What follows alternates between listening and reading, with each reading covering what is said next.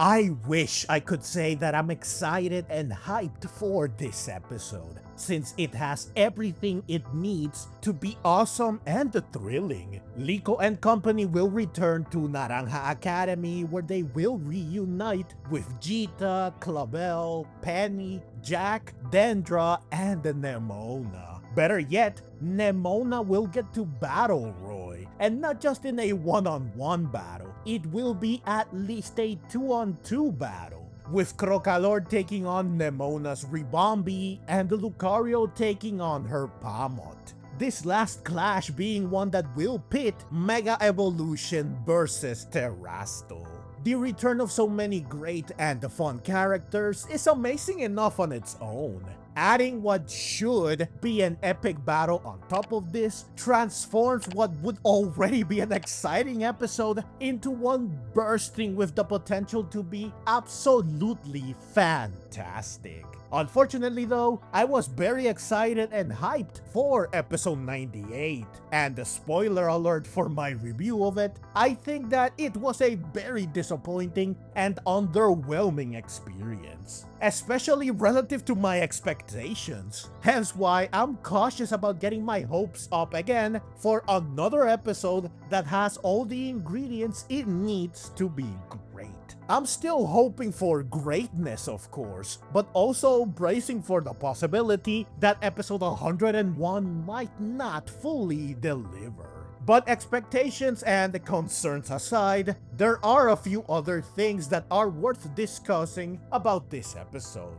First, why are Liko and company going back to Naranja Academy? Surely, they're not just going to go visit some old friends, right? So what could they be after? Well, I don't think Liko and friends needed to learn anything, which is to say, enroll in classes or some sort of course or lesson. They also likely don't need to train. I think we are well past them needing special coaching or teaching in order to get better and stronger. Could they be after information then? Perhaps. While they are no longer looking for the heroes or trying to figure out the mysteries of Terapagos, Geeta and the others might know about the usage and the distribution of strong spheres in Paldea, Exceed and the explorers' movements and activity in the region, and any signs of Lacuium or incidents related to it in Paldea. This information would be helpful to Liko and company since they want to stop the spread of strong spheres and Lacuium and whatever Exceed and the explorers are planning. Plus, they also want to learn more about them and what they aim to do respectively.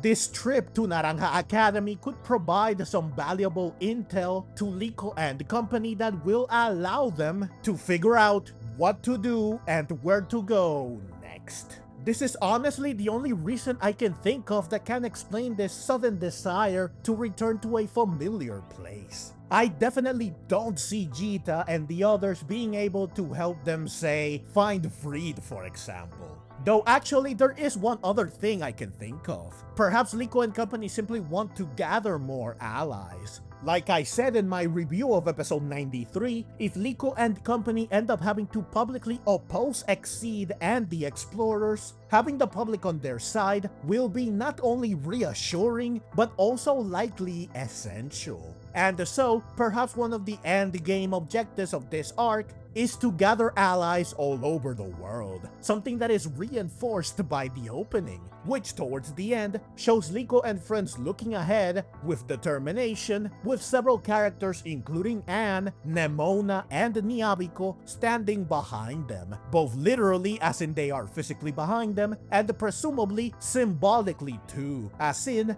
they have their backs. They are supporting them. So this reunion with old friends in episode 101 could also be a reunion with even more people who will support them, who will be clear and dependable allies when the time comes. They need to make sure that Geeta and the others are on their side, and I'm sure they are. That's really all I have to say on this front. I do want to add though that it will of course be nice to see Liko and friends reuniting with Geeta and company.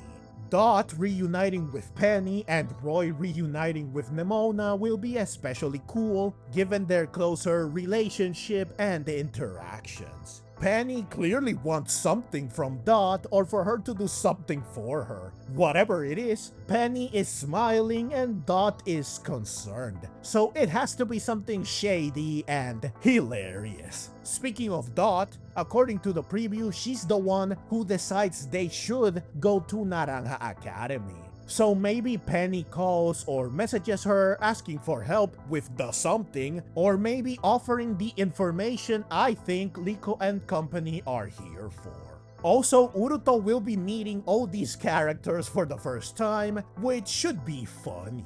In fact, the preview clearly shows that Geeta will trigger his aversion to women and that Dendra's Hariyama will, I guess, get him and the Sableye to settle down.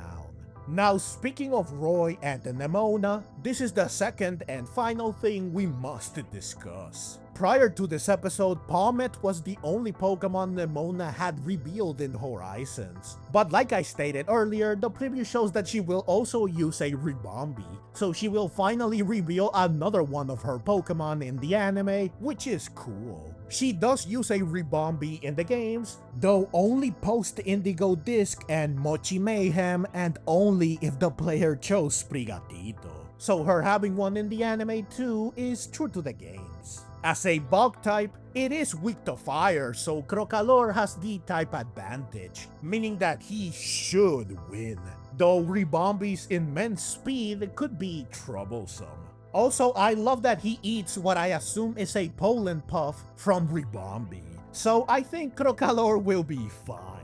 Of course, the centerpiece of this battle will be Lucario versus Pawmot, a clash of fighting types, meaning Lucario has the type disadvantage, especially since Pawmot's Tera type is fighting, which will allow it to exploit Lucario's weakness even further, stacking the odds against it. However, Lucario has Mega Evolution of course, which will allow it to tilt the odds more in its favor. While in-game stats might not really factor into the anime, based on base stat total, Lucario is stronger than Pawmot, even more so when Mega Evolved. So even with a type disadvantage, I still fancy Lucario's odds of winning. It will be a close battle for sure. And speaking of winning, we of course must talk about who will win, Roy or Nemona. Well, Nemona is a champion. She's undeniably strong. Stronger than Roy, I would say. And he has yet to defeat her. So I think she has the advantage. However, Roy got stronger in the 1-year gap. Therefore, perhaps, his chances of winning aren't too bad. Though of course, Nemona likely also got stronger in the 1-year gap, meaning that the difference in strength between them is likely more or less the same. In terms of typing, Crocalor and Pawmot have the type advantage, which makes a draw with Ribombee and Lucario losing plausible. Though I would say Mega Evolution is stronger than Terastal, so honestly, I don't know. I think my money is either on Nemona or a tie. Nothing against Roy, it's not that I don't trust him, it's just that given everything I just went through, him winning seems like the most unlikely outcome. Though since Liko lost to Kathy the first time around and then defeated her in their rematch just a few episodes ago, perhaps Roy too will get to redeem himself.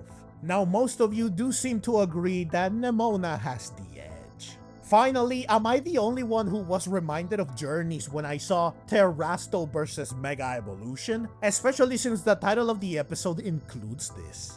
Journeys pitted different gimmicks against each other a lot. Mega Evolution especially, which had to face Gigantamax, Dynamax, and Sea moves. This clearly shows that, like Journeys, Horizons is certainly not focused on just one generation and region.